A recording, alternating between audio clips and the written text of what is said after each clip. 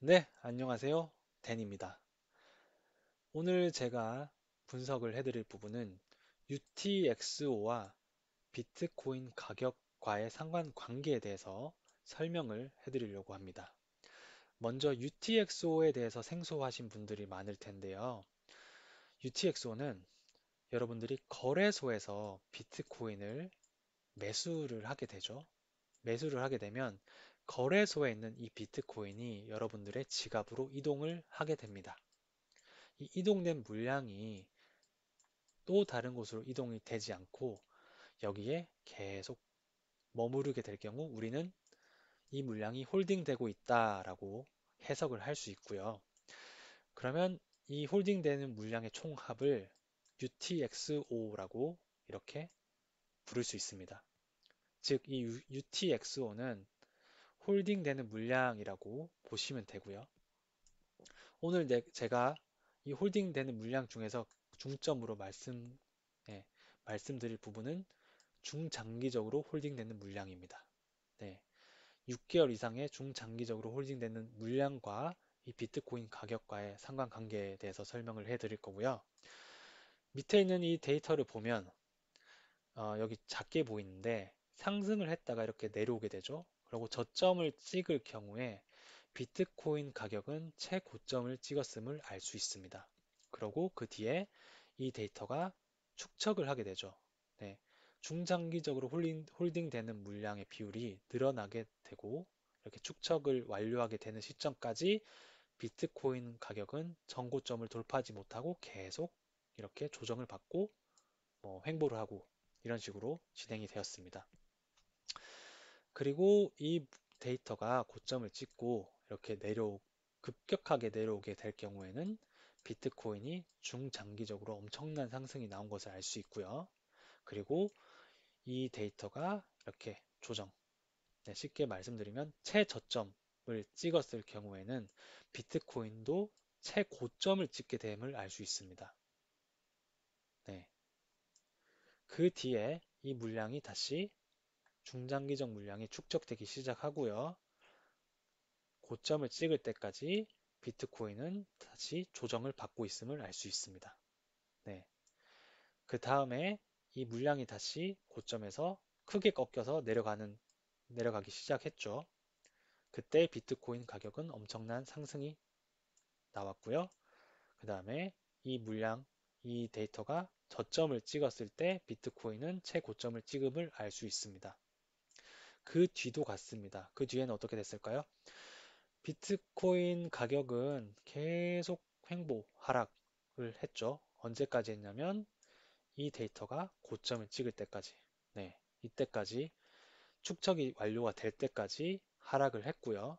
그 뒤에 이 중장기적 홀딩 비율이 급격하게 떨어지면서 네, 비트코인은 장기적인 상승장을 맞이하게 되었습니다. 그리고 이 데이터가 최저점을 찍은 순간 비트코인은 최고점을 찍었고요. 이때가 2018년도 비트코인이 2천만 원이 넘었을 때, 네, 그때 그 시절이죠. 그러고 그 뒤에는 다시 이 중장기적 물량이 축적이 되기 시작했고요. 그리고 이렇게 축적 이후 축적이 될 때의 비트코인 가격은 계속 이렇게 하락을 맞게 되었습니다. 그리고 이 데이터가 급격하게 이렇게 하락을 하게 됨과 동시에 비트코인은 대상승장이 왔었죠.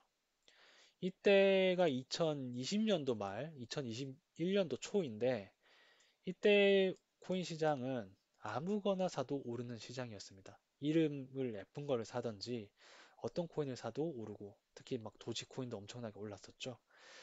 그리고 이 데이터는 마침내 최저점을 찍게 되었고, 네, 지우고 다시 보여드릴게요. 최저점을 찍게 되었고, 비트코인 가격은 이때가 6만 7천 달러였나요? 네, 최고점을 달성하게 됩니다. 그 뒤에 비트코인이 다시 하락하고 조정이 오게 되면서 이 지표는 계속 축적 단계에 들어가 있고요. 현재까지 축적 단계에 들어가 있음을 알 수 있습니다. 네, 지금 현재 비트코인이 계속 조정받고 하락하고 있죠. 네, 지금 네, 이렇게 알 수가 있고 그래서 앞으로는 어떻게 될 건데 이 부분에 대해서는 저는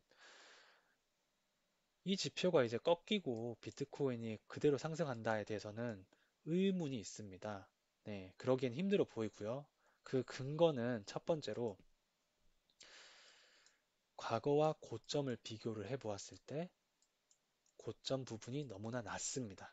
네, 축적이 아직 덜 되었다고 이렇게 볼 수가 있고요. 그리고 두 번째로는 이 사이클을 보시면 기간이 짧지가 않아요. 그쵸? 이때는 한 2년, 2년에서 3년, 이때는 4년. 네, 4년. 그러면 지금 2021년도에서 시작을 했는데 이제 고작 2022년도인데 여기서 끝나고 내려갈까? 네, 그 부분도 제가 네, 부정적으로 보고 있는 부분이고요. 그리고 비트코인에 대해서는 네, 반감기가 있습니다. 네, 반감기가 4년에 한 번씩 오죠.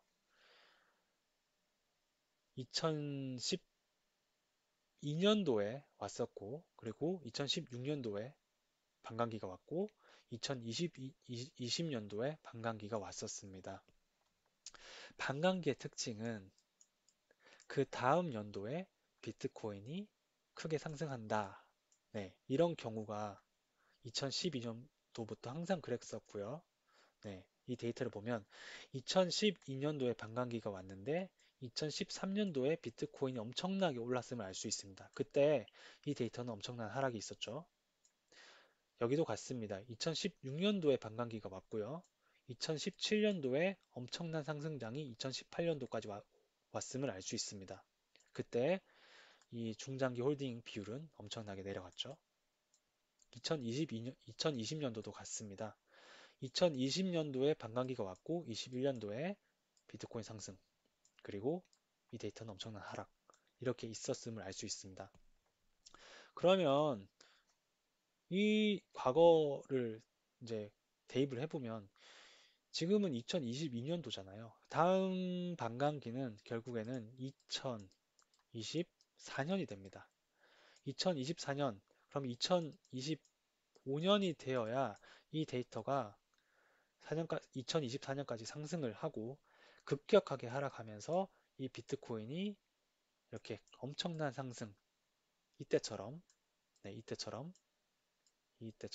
아무거나 사도 오를 수 있는 이런 엄청난 상승장이 오지 않을까라고 조심스럽게 네, 합리적인 추측을 할 수 있습니다.